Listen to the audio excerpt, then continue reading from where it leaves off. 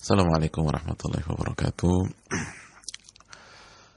Alhamdulillah hamdan katsiran tayyiban mubarakan fi kama yuhibbu rabbuna wa yarda, wassalatu wassalamu ala nabiyyina Muhammad wa ala alihi wa sahbihi wa man sara ala nahjihi bi ihsanin ila yaumil wa ba'd. Saudaraku yang Allah muliakan, tidak ada kata yang pantas untuk kita ucapkan kecuali bersyukur kepada Allah Subhanahu wa taala atas segala nikmat dan karunia Allah berikan dan Allah limpahkan kepada kita, sebagaimana salawat dan salam semoga senantiasa tercurahkan kepada junjungan kita Nabi kita Muhammadin sallallahu alaihi wasallam beserta para keluarga, para sahabat dan orang-orang yang istiqomah berjalan di bawah naungan sunnah beliau sampai hari kiamat kelak. Saudaraku yang Allah muliakan, marilah kita meminta kepada Allah Subhanahu wa taala agar Allah menganugerahkan kita ilmu yang bermanfaat dan melindungi kita dari ilmu yang tidak bermanfaat. Allahumma inna nas'aluka ilman nafi'a wa na'udzubika min ilmin la yanfa'. Ya Allah, berikanlah kami ilmu yang bermanfaat dan jauhkanlah kami dari ilmu yang tidak bermanfaat. Khususnya di hari-hari ini kita sangat butuh sekali dengan ilmu yang bermanfaat untuk menghadapi hari-hari yang tidak mudah, hari-hari yang tidak sederhana, kecuali yang dimudahkan dan orang yang diberikan taufik oleh Allah Subhanahu wa taala. Dan untuk mendapatkan itu kita butuh ilmu dari Al-Qur'anul Karim dan sunnah Nabi SAW.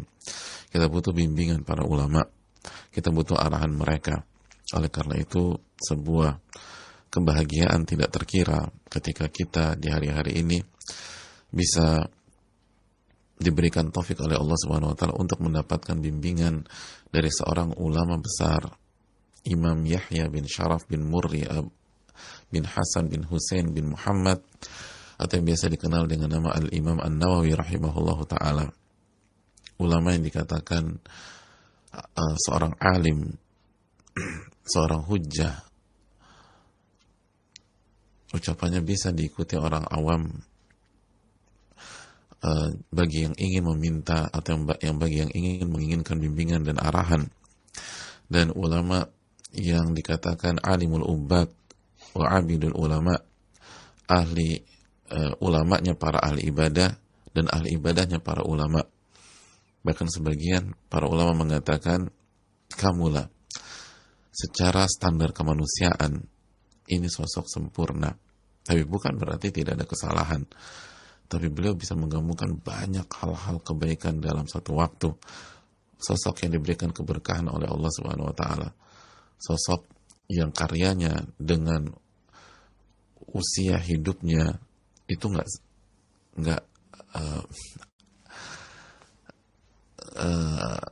agak susah diungkapkan dengan kata-kata, karena beliau hanya berusia 45 tahun kurang lebih.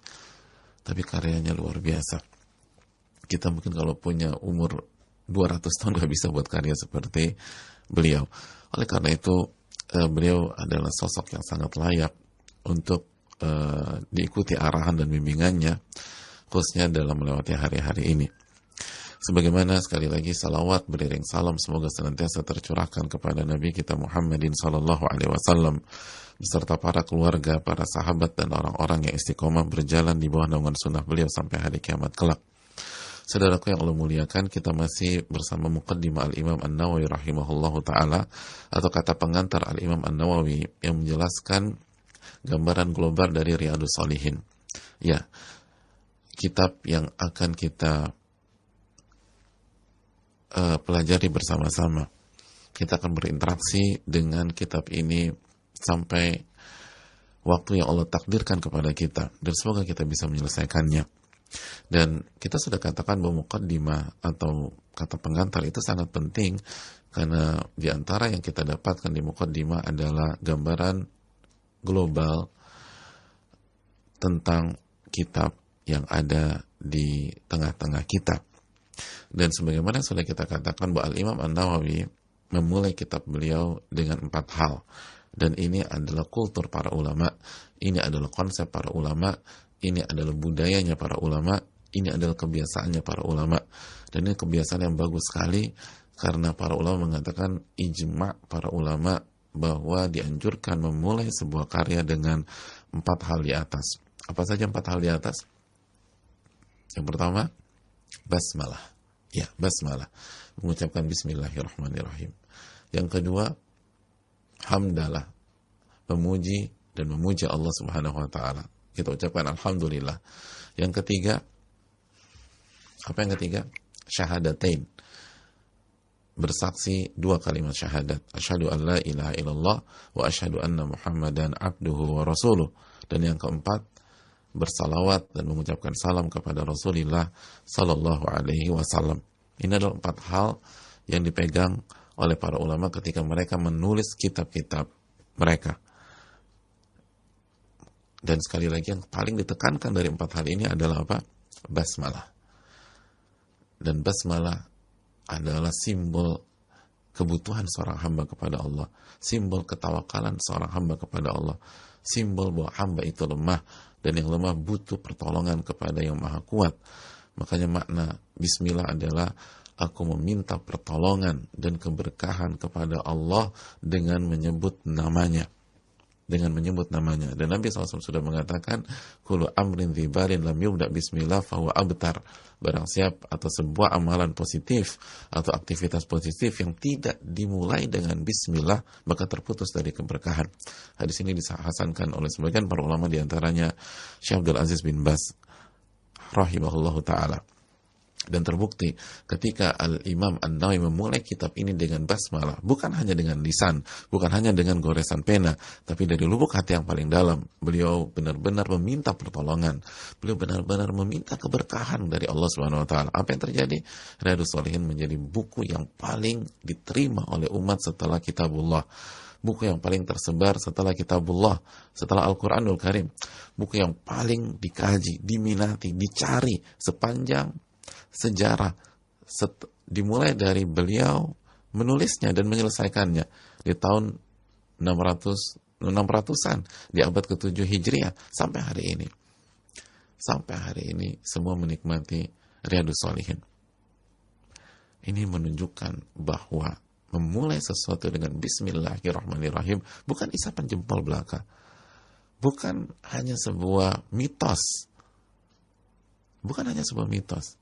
Ini sabda Nabi SAW. Kullu amrin dzibalin lam yubda bismillah fahuwa abtar. Setiap aktivitas positif yang tidak dimulai dengan bismillah, tidak meminta pertolongan kepada Allah, tidak tawakal kepada Allah Subhanahu wa taala, maka terputus dari keberkahan. Dan sebagian ulama yang melemahkan hadis ini mengatakan maknanya benar. Jadi yang melemahkan pun mengatakan makna hadis ini benar. Oleh karena itu, saudaraku yang Allah muliakan, ini bukti. Jangan pernah meremehkan mengucapkan basmalah sebelum kita melakukan aktivitas positif. Buktinya ada di hadapan kita. Ini bukan hanya tentang mengumpulkan hadits-hadits. Hari ini banyak orang bisa mengumpulkan hadits-hadits yang semisal dengan buku ini. Bisa dengan bantuan teknologi digital dan perpustakaan-perpustakaan digital. Apa sebenarnya tinggal copy paste. Semua orang, banyak orang bisa. Tapi apakah diterima oleh umat? Apakah hati umat tergerak untuk saya mau ini nih gitu. Padahal kita juga nggak kenal sama beliau, nggak ngerti siapa beliau. Kalau kita nggak cerita, banyak orang nggak ngerti. Tapi kalau Riyadhus Shalihin, keberkahan, saudaraku. Maka minta pertolongan kepada Allah, minta keberkahan kepada Allah Subhanahu wa taala. Dan jangan lupa memuji Allah Subhanahu wa taala. Nggak ada yang pantas dipuji kecuali Allah Subhanahu wa taala. Sehebat apapun karya kita, setinggi apapun value dari hasil upaya dan usaha kita, bukan kita yang berhak dipuji, tapi alhamdulillahil wahidil qahar, al-azizul ghaffar, mukawwirul laili wa 'alal nahar. Yang paling berhak dipuji adalah Allah Subhanahu wa taala. Maka beliau memulai kitab ini dengan hamdalah, dengan alhamdulillahirabbil alamin. Maka saudaraku yang Allah muliakan, camkan baik-baik, gak ada yang berhak dipuji. Sehebat apapun jasa kita, sebaik apapun yang kita lakukan, kecuali Allah Subhanahu wa taala. Sebagaimana jika kita mendapatkan kebaikan dari seseorang, sunnah Nabi, syariat bagi kita yang mendapatkan kebaikan dari seseorang adalah la yashkurullah ma la yashkurun nas, tidak bersyukur kepada Allah orang yang tidak bersyukur kepada manusia. Jadi di sini ada dua kotak. Kotak yang pertama, kotak yang memberikan jasa, memberikan karya, membuat sesuatu, membuat kebaikan, maka jangan berharap pujian dari manusia. Karena dia harus yakin yang berhak dipuji Allah Subhanahu wa Ta'ala, yang berhak disanjung Allah Subhanahu wa Ta'ala. Tapi di kotak yang lain, di waktu yang sama, yang mendapatkan kebaikan, yang mendapatkan hal positif, maka sunnah Nabi bersyukur dan mengucapkan terima kasih kepada yang memberikan hal tersebut kepada dia. Jadi terjadinya keseimbangan, yang membuat berbuat baik tidak ingin dipuji, tidak ingin diucapkan terima kasih, dan yang kedua di kotak yang berbeda, yang mendapatkan kebaikan, mendapatkan hal yang ma'ruf, mendapatkan support, mendapatkan bantuan, dia berterima kasih kepada orang yang memberikan itu. Bahkan kalau dia bisa balas, dia balas. Sebagaimana sabda Nabi SAW, man sana'a ilaikum ma'rufan fakafi'u. Barang siapa yang memberikan kebaikan kepada Anda, maka balaslah kebaikan tersebut. Nabi perintahkan balas kebaikannya. Jadi bukan hanya mengucapkan terima kasih, balas kebaikannya. Sehingga inilah konsep yang begitu indah, saudaraku yang Allah muliakan. Di satu sisi yang membuat kebaikan tidak ingin dipuji, tidak ingin disanjung, tapi di sisi yang lain, di waktu yang sama, yang diberikan kebaikan berusaha membalas, berusaha mengucapkan terima kasih, berusaha mendoakan. Makanya saudaraku yang Allah muliakan, setiap kita mengucapkan nama Al-Imam An-Nawawi, kita mendoakan beliau rahimahullah, semoga Allah merahmati beliau, rahimahullah. Minimal kita ucapkan rahimahullah, semoga Allah rahmati beliau, karena kita sudah mendapatkan kebaikan yang sangat besar dari beliau. Kita nggak bisa ngasih, kita nggak bisa kasih hadiah, kita nggak bisa balas. Mau kasih gimana coba? Kita punya tanah ribuan hektar, aduh aku pengen banget nih kasih Imam Nawawi, karena aku nih dapat hidayah, aku bisa berubah setelah taufik dari Allah. Itu baca buku Riyadhus Shalihin. Terus gimana kasih tanah ribuan hektar ke Imam Nawawi? Nggak bisa. Maka doakanlah beliau, doakan beliau, dan jaga kehormatan beliau. Ini pelajaran bagi diri kita sebagai orang yang mendapatkan kebaikan yang banyak dari beliau. Jaga marwah beliau, jangan biarkan ada orang menjelek-jelekan beliau. Tolong jaga, ini imam besar. Kita dapat manfaat dari beliau. Adapun salah, setiap kita bisa salah. Wallahu ta'ala bisawab. Lalu yang ketiga, bersyahadat, bersaksi bahwa tidak ada zat yang berhak diibadahi, tidak ada sesembahan yang berhak diibadahi kecuali Allah Subhanahu wa taala. Dan ini kunci dari kebahagiaan dunia dan akhirat. Ini pintu gerbang masuk ke dalam Islam. Tidak ada yang berhak diibadahi kecuali Allah Subhanahu wa taala. Semakin menjelaskan bahwa kita hanya berstatus sebagai seorang hamba dan umat seorang sosok yang bernama Rasulullah sallallahu alaihi wasallam, Muhammad bin Abdullah. Kita bukan pahlawannya. Bukan. Kita hanya seorang hamba dan hamba Allah dan umat Rasul sallallahu alaihi wasallam. Maka sehari-hari hendaknya kita hanya beribadah kepada Allah, dan ibadah kepada Allah dengan mengikuti tuntunan Nabi kita sallallahu alaihi wasallam. Lalu yang terakhir, bersalawat dan mengucapkan salam kepada Rasulullah sallallahu alaihi wasallam agar kita mendapatkan limpahan rahmat dari Allah Subhanahu wa taala. Man shalla alayya salatan sallallahu alaihi biha asyara. Barang siapa yang bersalawat kepadaku, kata Nabi, 1 kali salawat saja, niscaya Allah akan memberikan salawat kepadanya, memberikan rahmat kepadanya sebanyak 10 kali. Saudaraku yang Allah muliakan, lalu Imam Nawawi memulai poin mukadimah beliau dengan membawakan surat Az-Zariyat ayat 56, wa ma khalaqtul jinna wal insa illa liya'budun. Tidaklah aku ciptakan jin dan manusia kecuali untuk beribadah kepada diriku. Untuk beribadah. Dan ketika Allah perintahkan kita beribadah, Allah lanjutkan, ma uridu minhum min rizqin wa ma uridu an yut'imun. Aku tidak butuh rizki dari mereka, dan aku tidak butuh makanan yang mereka berikan kepadaku. Aku nggak butuh itu semua. Jadi ketika Allah memerintahkan kita beribadah, menjelaskan bahwa tujuan penciptaan kita, saya dan engkau, wahai saudaraku, adalah untuk beribadah kepada Allah. Itu bukan karena Allah butuh kepada kita.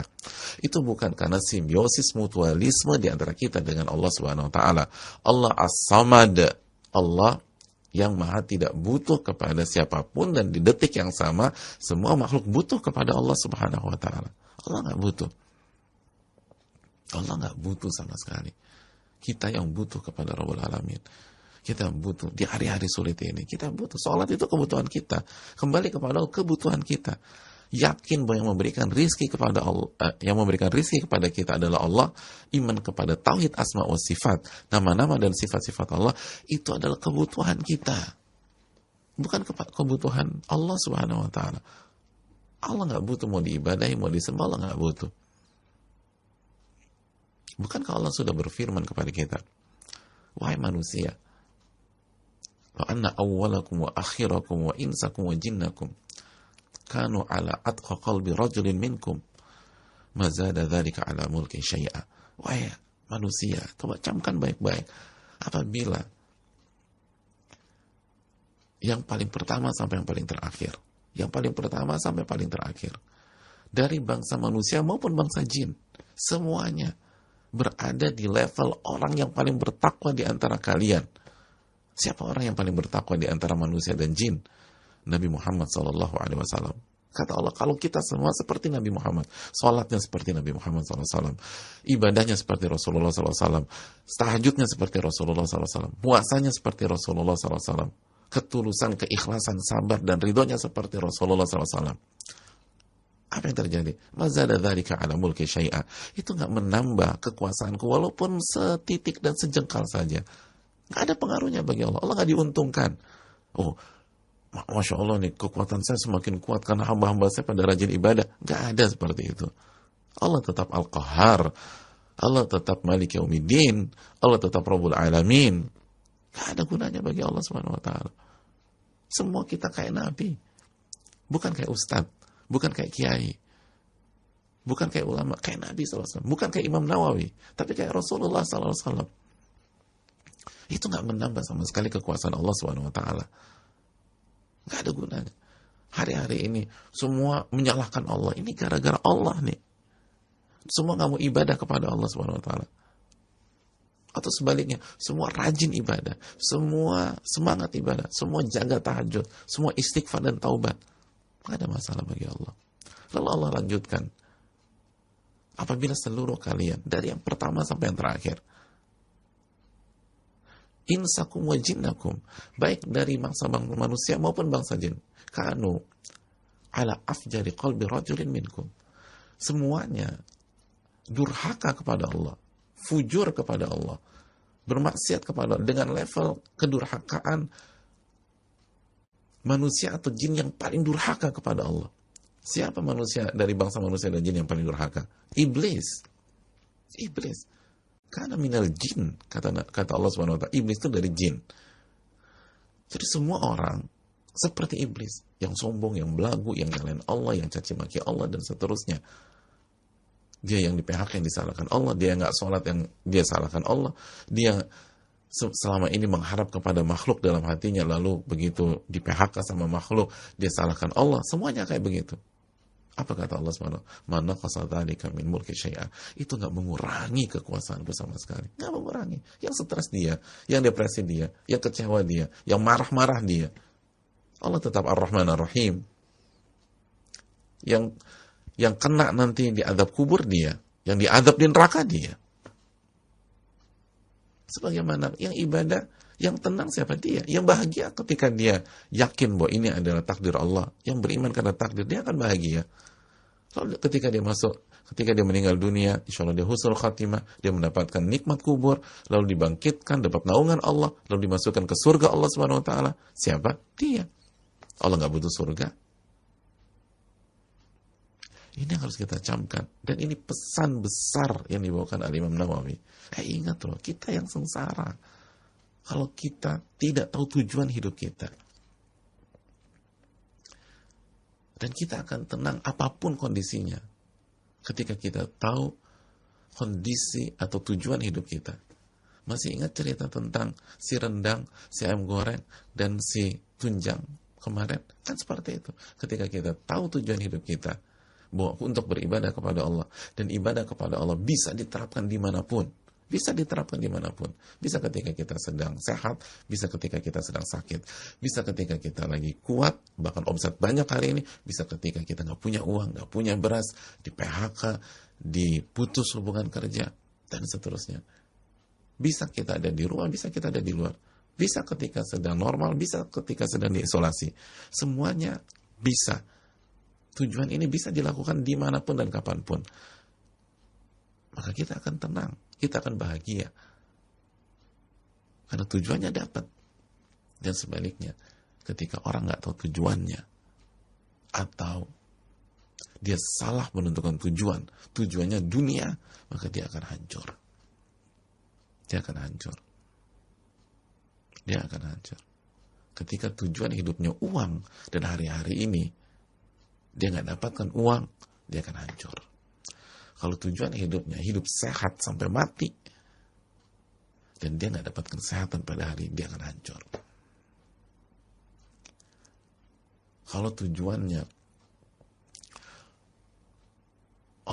olahraga atau berinteraksi, ngobrol sama orang, akrab sama orang, itu tujuan hidupnya. Pokoknya saya ini manusia sosial, harus interaksi, harus ketemu.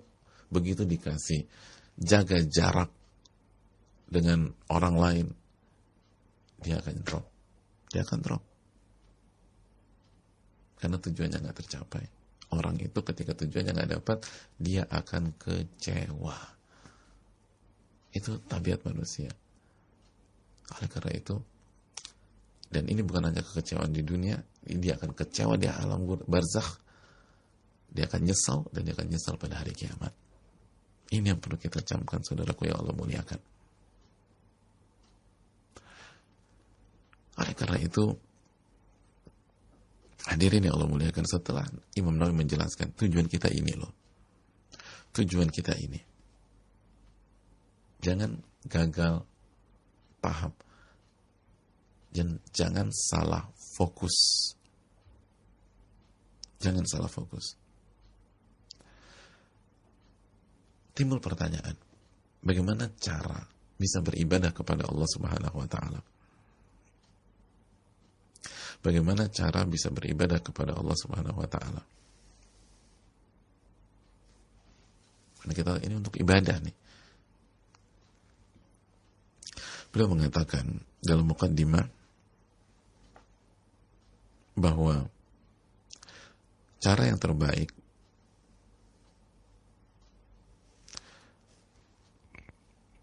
adalah mengikuti pilihan hidupnya orang-orang pilihan. An yadhhaba bi nafsihi madhhabal akhyar wa yasluku maslaka ulin nuha wal absar. Dan meniti jalannya orang-orang yang bisa melihat.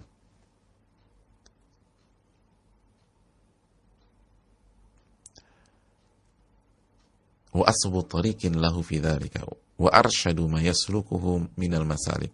At-ta'addubu bima sahha 'anil Nabi sallallahu alaihi wasallam sayyidil awwalin wal akhirin wa akramas sabiqin wal lahiqin.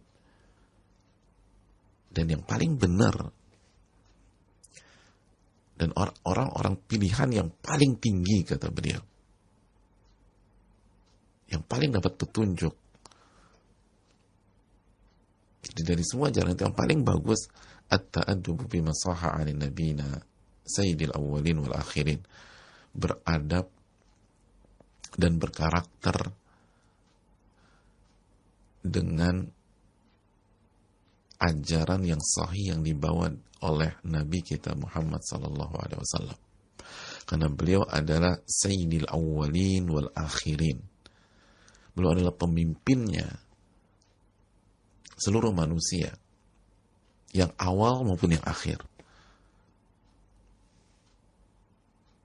Wa akramis sabiqin wal lahiqin, dan orang paling mulia di tengah-tengah generasi awal sampai generasi selanjutnya dan terakhir. Salawatullahi wa salamuhu alaihi wa ala sairin nabiyyin. Jadi salawatullahi wa salamuhu alaihi wa ala sairin nabiyyin. Semoga Allah memberikan salawat dan salamnya kepada Rasulullah SAW dan seluruh para nabi dan rasul. Jadi cara terbaik adalah mengikuti jalannya Rasul Sallallahu Alaihi Wasallam. Itu cara terbaik, kata beliau. Karena Nabi SAW adalah pemimpin orang-orang terbaik. Nabi kita pemimpin orang-orang terbaik. Baik di dunia dan semakin nampak jelas nanti di akhirat. Semua manusia akan kembali kepada Nabi SAW. Kita tahu hadis tentang syafaatul uzma bagaimana. Beliaulah yang memberikan syafaat untuk seluruh manusia sehingga proses bisa dijalankan. Lalu masuk ke dalam surga. Beliaulah yang memimpin. Dan itu tadi, belajarlah dari yang terbaik. Ikuti jalan yang terbaik. Dan bicara manusia terbaik. The best of the bestnya adalah Rasulullah SAW. Itu yang terbaik.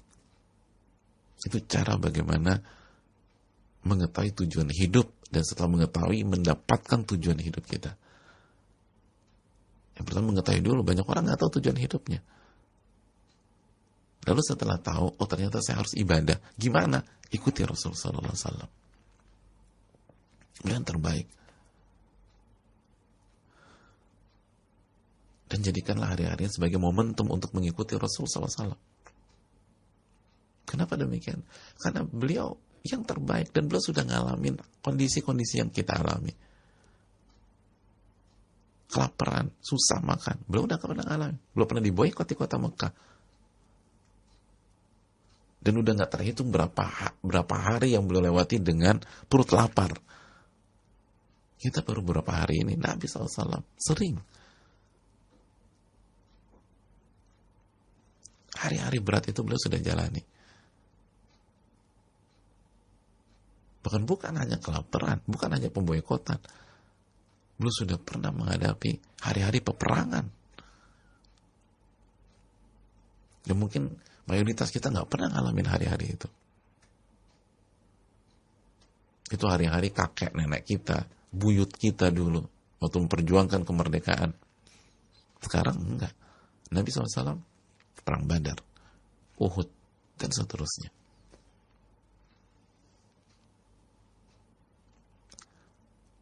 Dan di waktu yang sama beliau juga melewati hari-hari di mana dunia berhasil beliau genggam.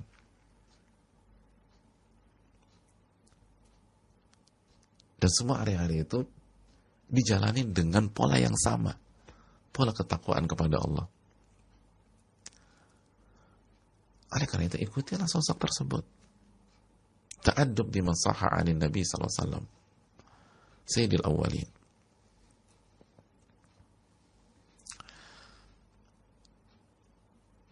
Beradablah. Dan berkarakterlah dengan adab dan karakter Nabi kita sallallahu alaihi wasallam. Ini penting. Ini hal yang sangat penting.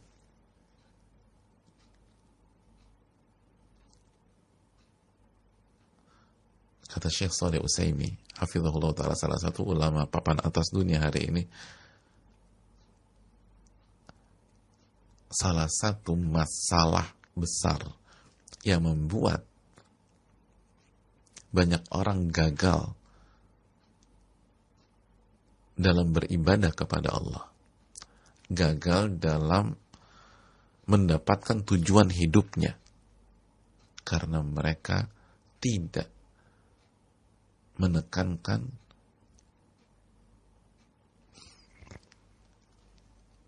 adab dan zikir serta doa. Adab, zikir serta doa. Ketika dua bab ini dilalaikan, maka terjadi masalah dalam ibadah kita. Terjadi masalah dalam ibadah kita. Adab dan zikir. Zikir doa. Itu begitu dua bab ini masalah, ibadah kita masalah, kata beliau. Tujuan kita jadi goyang. Oleh karena itu, saudaraku yang Allah muliakan, beradab dan berkarakter dengan karakter yang dicontohkan, yang diajarkan, yang disunnahkan, yang diarahkan oleh Rasul sallallahu alaihi wasallam adalah harga yang tidak bisa ditawar-tawar lagi jika kita ingin mendapatkan tujuan hidup kita tersebut.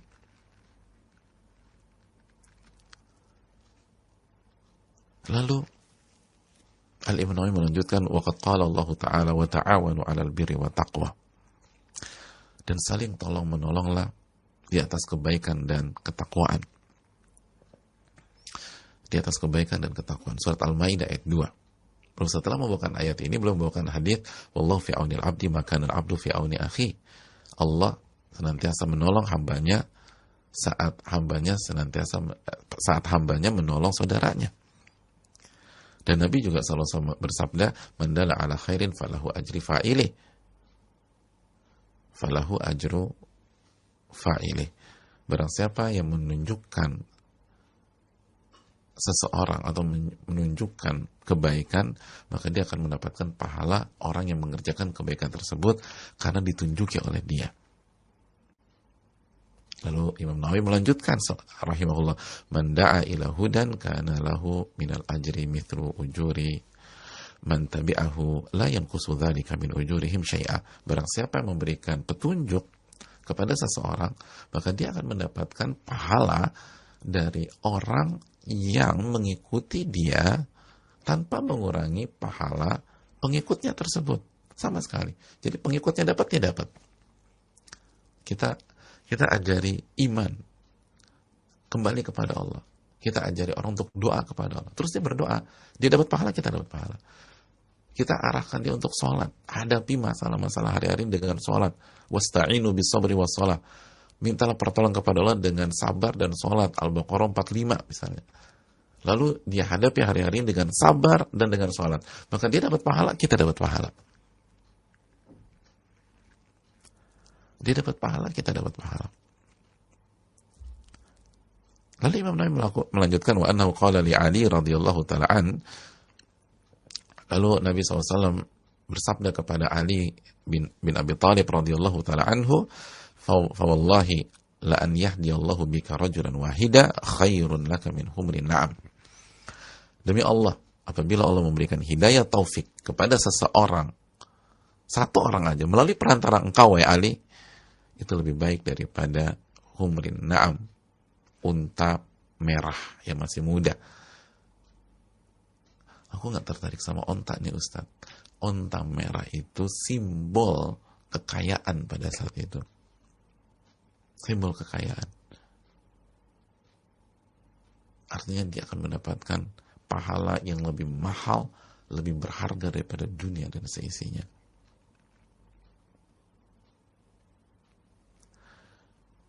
Saudaraku yang Allah muliakan,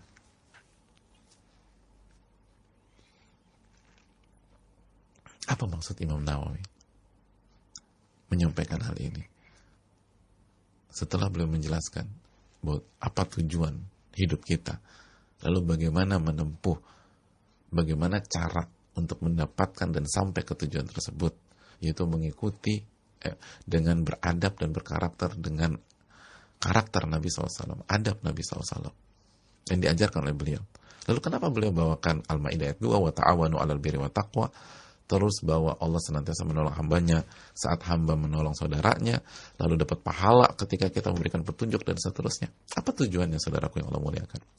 Beliau ingin memberikan pesan kepada kita bahwa buku ini hadir di tengah-tengah kita untuk menolong setiap orang yang butuh guidance, yang butuh petunjuk, yang butuh arahan bagaimana beradab dan berkarakter dengan adab dan karakter Nabi kita SAW, sehingga kita sampai pada tujuan hidup kita itu beribadah kepada Allah, sehingga kita bisa bertahan di hari-hari ini.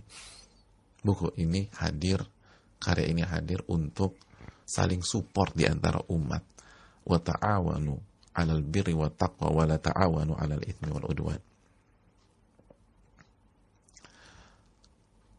Ini buku ini saling tolong menolong. saling tolong menolong di antara kita, biar kita semua bisa berkarakter sebagaimana karakter Nabi SAW, biar kita bisa beradab sebagaimana adab Nabi SAW, biar kita semua masuk surga nih dan nggak galau di dunia, nggak hancur ngadepin hari-hari ini, karena kita tahu tujuan hidup kita. Kan orang blank, oke, tujuan aku ibadah, aku harus ikut karakter Nabi SAW, harus mengikuti adab Nabi SAW. Kayak gimana? Aku nggak tahu nabiku tuh gimana, gitu loh. Yang aku tahu dari nabiku itu hanya beliau dapat wahyu di Gua Hiro, titik. Selebihnya nggak ngerti. Engkau bisa baca buku aku ini. Itu kenapa? Jadi tujuannya ingin bantu orang. Bantu orang. Dan berharapkan pahala dari Allah. Tujuan aku buat buku ini bantu orang. Kenapa aku bantu orang? Aku berharap Allah bantu aku. Itu poinnya. Aku bantu orang nih. Aku berharap Allah bantu aku. Makanya setelah Al-Maidah ayat 2, wa ta'awanu 'alal birri wat taqwa, dan saling tolong-menolonglah dalam kebaikan dan ketakwaan. Lalu dalil kedua adalah wallahu fi aunil abdi maka al abdu fi auni akhi. Allah senantiasa menolong hambanya saat hambanya menolong saudaranya. Jadi itu pesan. Itu pesan dari beliau. Ini untuk membantu. Kenapa aku bantu Anda? Atau kenapa aku bantu engkau, wahai saudaraku? Karena aku berharap dibantu sama Allah. Berharap dibantu sama Allah. Terus yang kedua, aku dapat pahala engkau dari Allah. Jadi aku dapat pahala yang ketika engkau lakukan, engkau amali nih buku, aku dapat pahalanya juga. Kan Nabi yang janjikan, mandala ala khairin falahu ajru fa'ili. Barang siapa memberikan petunjuk kepada kebaikan, dia akan dapat pahala orang tersebut. Terus yang ketiga, nggak usah khawatir, pahala engkau pun nggak akan berkurang. Engkau dapat pahala, aku dapat pahala, dan pahalanya lebih besar daripada dunia dan seisinya. Itu yang ingin dilakukan Imam Nawawi. Dan ini luar biasa, saudaraku yang Allah muliakan. Ini luar biasa. Jadi beliau nggak tertarik kita puji, kita dewa, kita tinggi-tinggikan. Enggak. Saya buat ini, buat nolong. Kita saling tolong, kita saling support, kita saling dukung di antara kita, biar kita sama-sama masuk. Padahal kan saya mau bertanya, beliau udah tahu belum? Beliau kan udah tahu, beliau nulis kok, beliau tahu. Tapi beliau nggak mau sendirian. Beliau ingin tolong kita. Beliau ingin tolong engkau. Kita lagi galau hari ini. Beliau pengen tolong tuh. Subhanallah. Biar apa? Biar kita bayar sesuatu kepada beliau? Enggak. Biar kita kasih sesuatu kepada beliau? Enggak. Biar kita kasih macam-macam? Enggak. Beliau nggak ingin itu. Beliau hanya ingin Allah tolong beliau.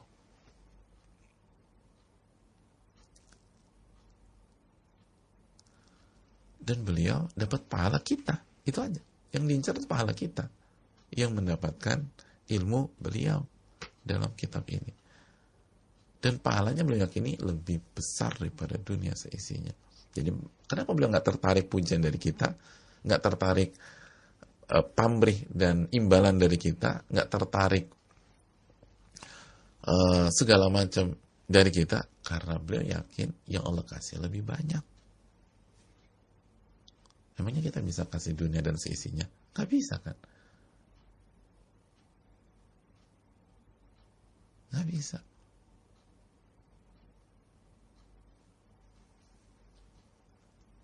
Jangankan Indonesia, kita bisa kasih kekayaan Indonesia ke beliau, nggak bisa juga. Jadi lihat, luar biasa saudaraku. Ini kenapa nggak heran kalau buku ini diterima? Beliau nggak ingin apa-apa. Beliau nggak ingin penjualan buku beliau melejit, enggak. Nggak ingin itu. Nggak ingin laku keras di pasar. Enggak. Dia hanya ingin kita saling tolong-menolong. Saling support. Lihat ini, hati saudaraku, hati. Hati. Jadi kalau kita ingin bangkit di hari-hari ini, berbuat dan bersihkan hati kita, bantu orang. Ini udah bukti. Begitu motifnya ingin bantu orang karena Allah, dan bantu orang bukan karena dapat pamrih. Jangan berharap mendapatkan ucapan terima kasih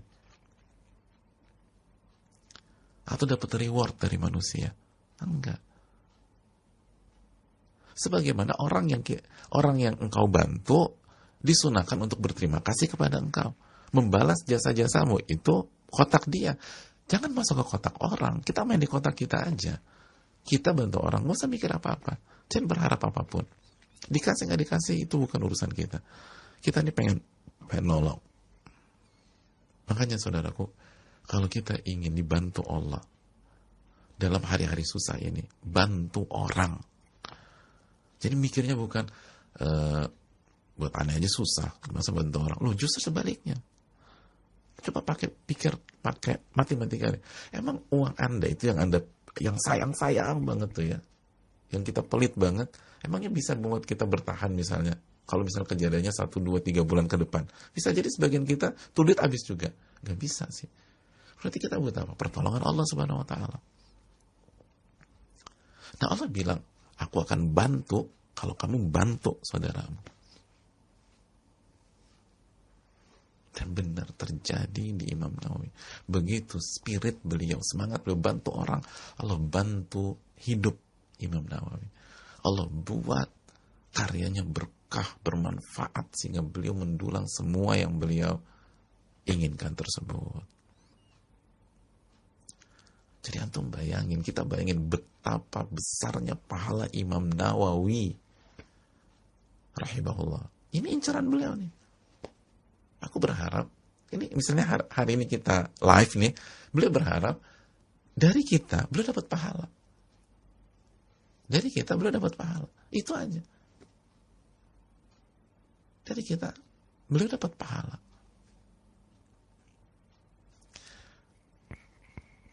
Subhanallah. Makanya gak heran bukunya diterima. Maka gak heran kita mau nyaingin buku beliau, gak bisa. Susah, kecuali punya hati kayak beliau. Lalu setelah itu punya ilmu kayak beliau. Dan dzalika fadlullahi yu'ti man yasha. Itu karunia Allah yang Allah berikan kepada orang yang Allah kehendaki. Kita lanjutkan. Fara'aitu an ajma' mukhtasaran minal ahadithi sahihah mustamilan ala ma yakunu tariqan li sahibihi ilal akhirah muhassilan li adabihil batinati wal zahirah jami'an li targhib wa tarhib wa sa'ir anwa'i adabi salikin. Oleh karena itu aku melihat, aku memandang, aku harus mengumpulkan buku yang ringkas. Buku yang ringkas. Coba ngelihat buku masing-masing, tebal banget kan? Riyadhus Shalihin yang 1 jilid, bahkan ada yang punya 2 jilid. Nah itu bagi ulama itu ringkas. Kalau kita buku ringkas itu 15 halaman, 20 halaman. Kalau beliau ini ringkas. Masih ingat pembahasan kemarin tentang seorang ulama namanya Ibnu Aqil? Siapa yang masih ingat judul buku Al-Imam Ibnu Aqil? Iya, Al-Funun. Berapa jilid? 800 jilid. Subhanallah, 800 jilid. Jadi punya 2 buku, 1 buku segini. Ringkas ini. Ringkas. Jadi kalau kita nggak istiqomah juga ngaji Riyadhus, ya kelewatan.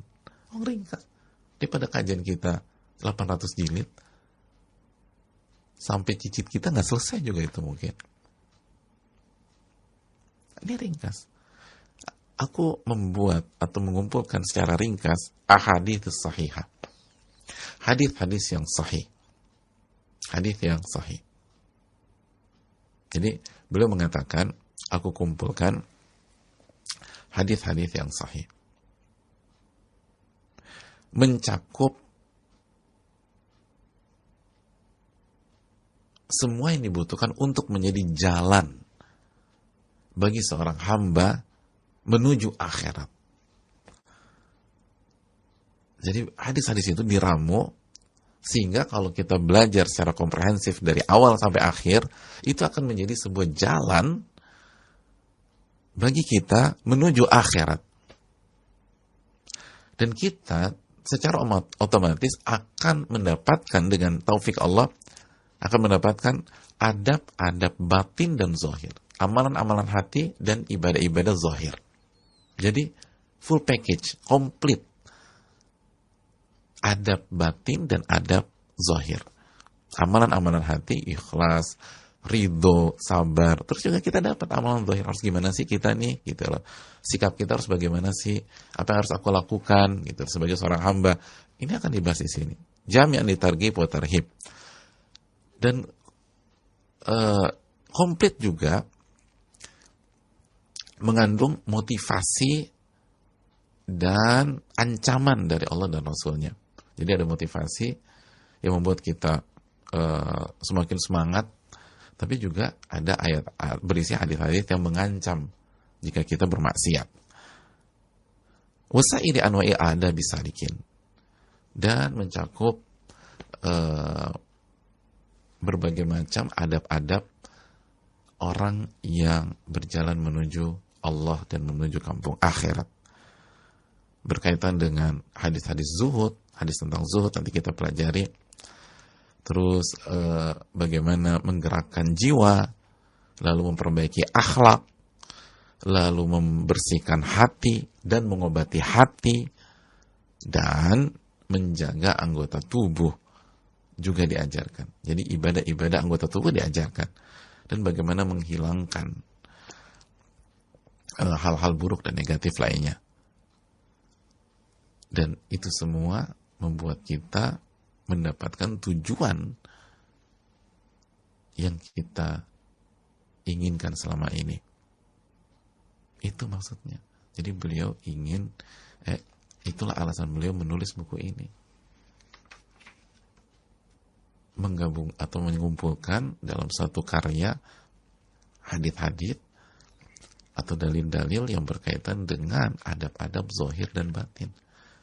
Sehingga hasilnya kalau kita kaji buku ini, kita punya karakter yang bukan hanya baik secara zahir, tapi juga karakter yang memang bersih dari hati. Banyak orang itu jago secara zahir aja. Secara zahir. Kenapa? Karena mereka beradab itu secara profesional. Maka begitu selesai kerja, udah biasa lagi. Kelihatan deh aslinya. Jangankan selesai jam kerja, masih jam kerja tapi di luar, nggak menghadapi customer atau nggak menghadapi pihak lain, berubah lagi itu kayak ngomongnya. Tapi kalau ngadepin orang dalam bingkai pekerjaan, bagus. Kenapa? Karena yang ditekankan hanya adab zahir. Tapi buku ini enggak. Ini mengajarkan kita karakter dan adab zahir dan batin. Mengajarkan kita apa arti kezuhudan, bagaimana mengolah jiwa, bagaimana memperbaiki akhlak, bagaimana membersihkan hati dan mengobati hati, dan juga tidak melupakan amalan-amalan anggota tubuh atau zahir, dan membersihkan kekeliruan kita sehingga insya Allah komplit untuk diterapkan orang-orang awam atau masyarakat umum seperti kita. Inilah alasannya kenapa buku ini selalu mendapatkan tempat di hati umat Islam. Ini buku simpel dibanding yang lain, tapi sudah menyeluruh, komprehensif. Walaupun sekali lagi tidak sempurna. Siapa yang sempurna? Ini yang perlu kita camkan. Wa altazimu fihi alla adhkura illa hadithan sahiha. Dan aku berkomitmen untuk tidak menyebutkan dan membawakan hadits-hadits kecuali hadits-hadits yang sahih. Kecuali hadits-hadits yang sahih. Dan diambil dari buku-buku induk hadits-hadits yang sudah dikenal. Jadi ini enaknya, kita langsung belajar dari pakar hadis Al-Imam Nawawi, dan beliau komitmen tidak akan membawakan hadis kecuali hadis yang sahih. Jadi enak, karena langsung pakarnya bicara. Ini pakarnya, pakar hadis, pakar fikih, komplit. Pakar bahasa, pakar tafsir. Tapi saudaraku yang Allah muliakan, ada yang menarik dijelaskan para ulama ketika beliau mengatakan, dan aku komit tidak akan membawakan hadis-hadis kecuali hadis-hadis yang sahih.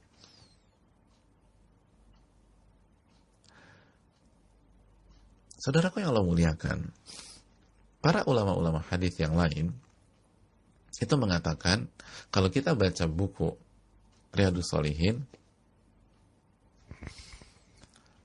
kita baca Riyadhus Shalihin, kita akan mendapatkan hadis-hadis yang diberikan catatan oleh sebagian para ulama yang lain bahwa hadis itu dhaif. Jadi ini adalah, atau kalimat ini adalah upaya maksimum sosok Al-Imam Nawawi. Beliau berusaha sekuat tenaga untuk hanya membawakan hadis sahih. Tetapi, jadi beliau berusaha sekuat tenaga untuk hanya membawakan hadis sahih. Tapi ada beberapa hadis yang tidak disetujui oleh sebagian ulama hadis yang lain. Artinya sebagian ulama mengatakan, enggak, nih di hadis ini nih kayaknya enggak sahih, gitu loh. Dan itu wajar-wajar saja. Sebagaimana tadi, siapa orang yang sempurna? Nggak ada orang yang sempurna. Kata para ulama, Allah enggan menyempurnakan sebuah kitab kecuali kitabnya. Jadi semua kitab pasti ada catatan oleh para pakar lainnya. Pasti ada kritik oleh para pakar lainnya. Dan itu biasa. Karena nggak ada kitab yang sempurna. Karena kalau ada kitab atau karya buatan manusia yang sempurna, maka itu sama saja mensejajarkan dengan kitabullah atau Al-Quran. Karena nggak ada yang sempurna 100% dari awal sampai akhir kecuali Al-Quran.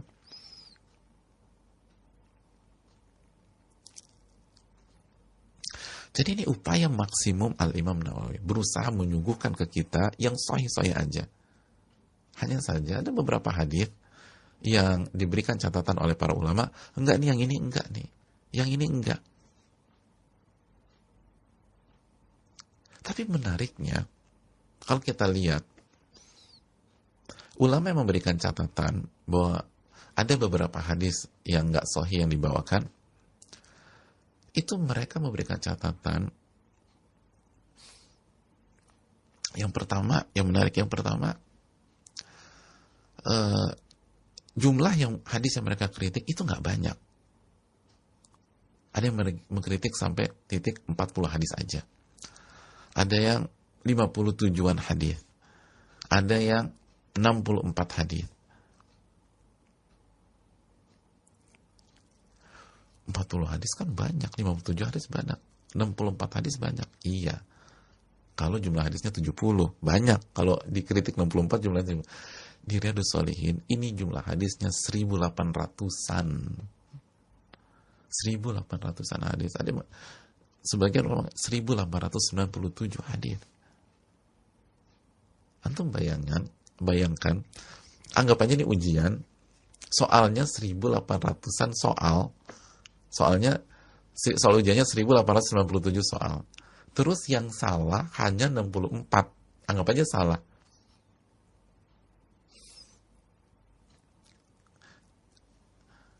Atau 40 hadis, atau ada 50, yang salah 64, atau 57, atau 40, atau berapalah, kecil, sedikit. Kira-kira masih dapat berapa tuh kita? 1897, lalu anggap aja salahnya 64, dapat berapa?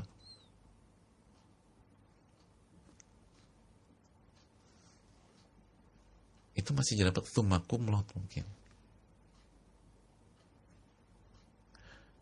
Dan itu kalau dianggap memang keliru. Kita tahu ini khilaf para ulama hadis di sebagian hadis. Imam Nawawi mensahihkan, yang lain mendhaifkan. dan masuk ke ranah khilaf ijtihadiyah sebagian hadis tersebut. Makanya saudaraku yang Allah muliakan, sampai ulama-ulama yang memberikan catatan ada beberapa hadis yang dhaif, itu tidak ada yang menjatuhkan beliau, nggak ada. Nggak ada yang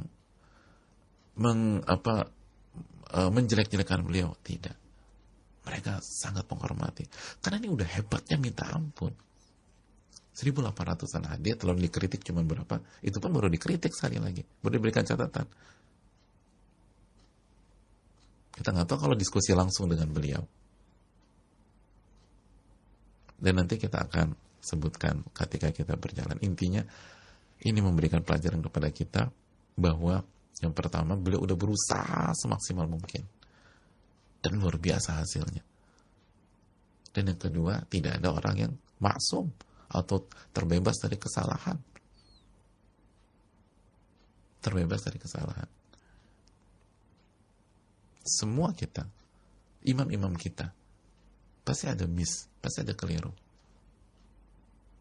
Dan kalau Imam Nawawi bisa, seperti itu, iya apalagi kita. Pasti kita melakukan kesalahan. Makanya kan kata dia, kullu bani Adam khata' wa khairul khata'ina tawwabun. Setiap anak Adam pasti melakukan kesalahan, dan yang terbaik dari mereka adalah yang paling banyak bertobat kepada Allah. Beliau sudah maksimal, udah berusaha luar biasa, dan ini hasil karya beliau dan diterima oleh umat, dan yang diberikan catatan hanya sedikit banget, hanya sedikit sekali dibanding jumlah hadis yang beliau cantumkan 1800-an, dan itu pun baru diberikan catatan. Ada pintu khilaf yang kuat, dan yang memberikan catatan pun sangat menghormati, memuliakan, dan mengakui ilmunya Imam Nawawi. Dan ini sunnatullah, bahwa Allah, kata para ulama, tidak ingin menyempurnakan kitab manapun selain kitabnya, kitabullah Al-Quranul Karim.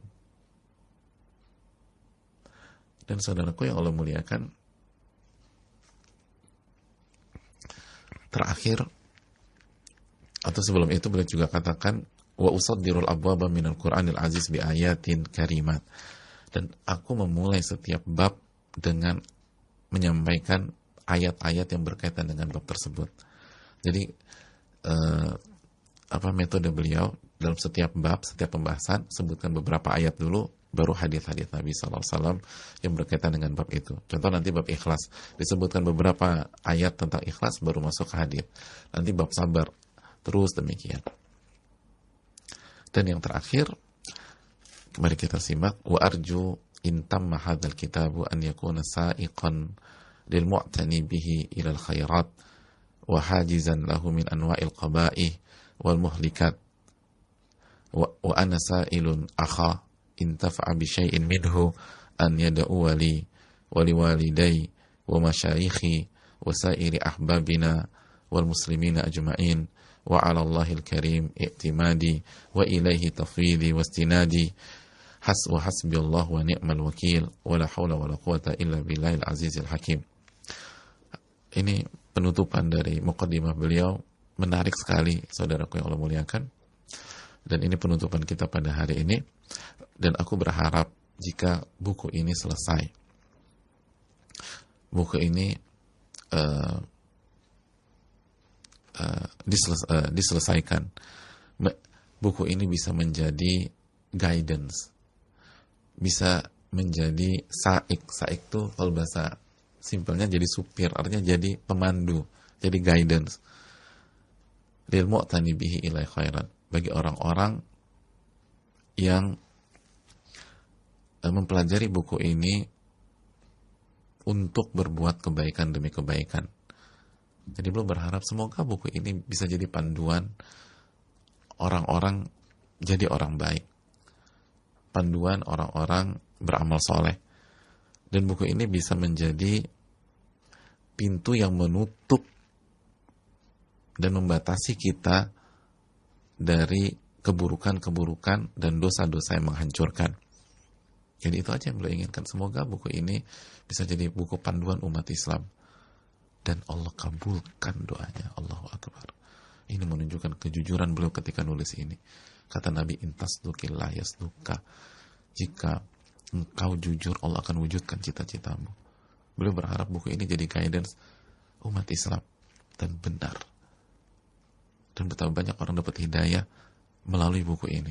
Dan betapa banyak orang tahu ini nggak boleh ternyata, ini nggak boleh ternyata dari buku ini. Dan akhirnya dia diselamatkan dari dosa.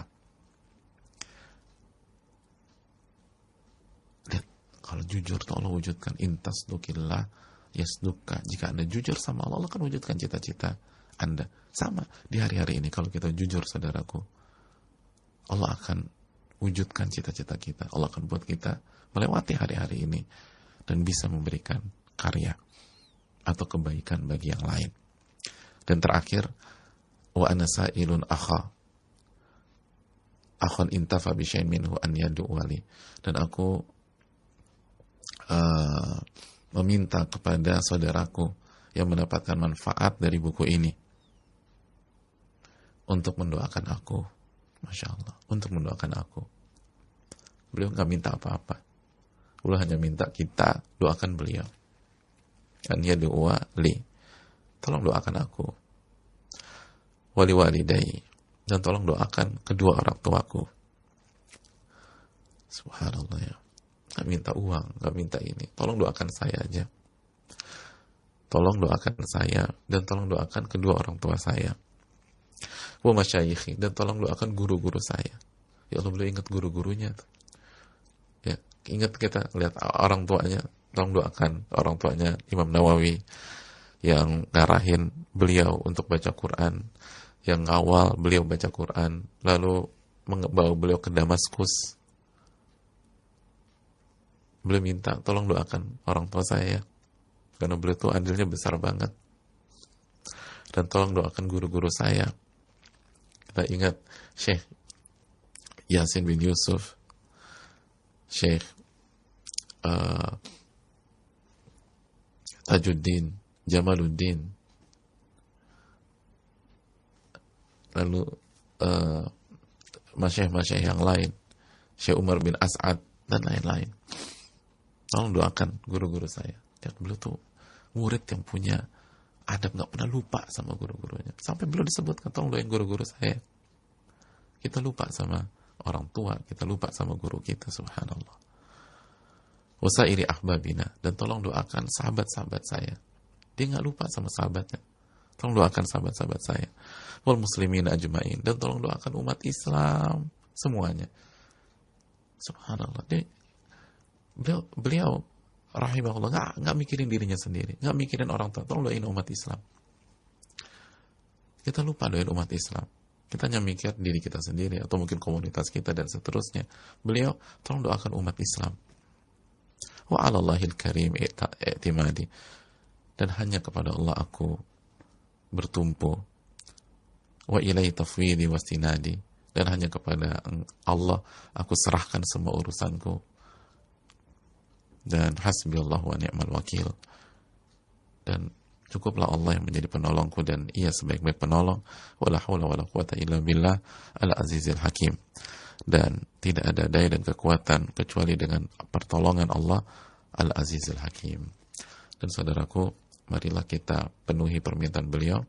Kita doakan semoga Allah rahmati beliau, rahmati orang tua beliau, rahmati guru-guru beliau, rahmati orang-orang yang beliau sayangi, dan semoga Allah merahmati seluruh umat Islam dimanapun umat Islam berada dan di zaman apapun.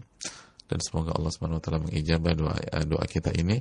Dan begitulah yang berusaha kita lakukan. Kita nggak bisa balas apapun ke Imam Nawawi, kita nggak bisa berikan beliau apapun, kita nggak bisa bayar jasa-jasa beliau seperti apapun juga.